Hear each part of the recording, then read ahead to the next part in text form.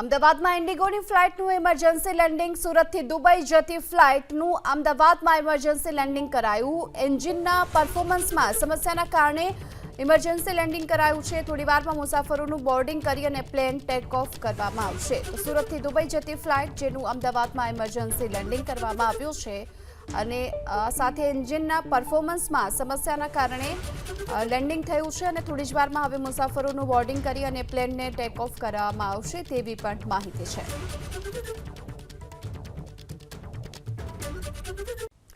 અમદાવાદમાં ઇન્ડિગોની ફ્લાઇટનું emergency landing સુરતથી Dubai જતી ફ્લાઇટનું અમદાવાદમાં ઇમરજન્સી લેન્ડિંગ કરાયું. એન્જિનના પરફોર્મન્સમાં સમસ્યાના કારણે ઇમરજન્સી લેન્ડિંગ કરાયું છે. થોડી વારમાં મુસાફરોનું બોર્ડિંગ કરી અને પ્લેન ટેક ઓફ કરવામાં આવશે. તો સુરતથી દુબઈ જતી ફ્લાઇટ જેનું અમદાવાદમાં ઇમરજન્સી લેન્ડિંગ કરવામાં આવ્યું છે અને સાથે એન્જિનના પરફોર્મન્સમાં સમસ્યાના કારણે લેન્ડિંગ થયું છે અને થોડી જ વારમાં હવે મુસાફરોનું બોર્ડિંગ કરી અને પ્લેનને ટેક ઓફ કરવામાં આવશે તેવી પણ માહિતી છે.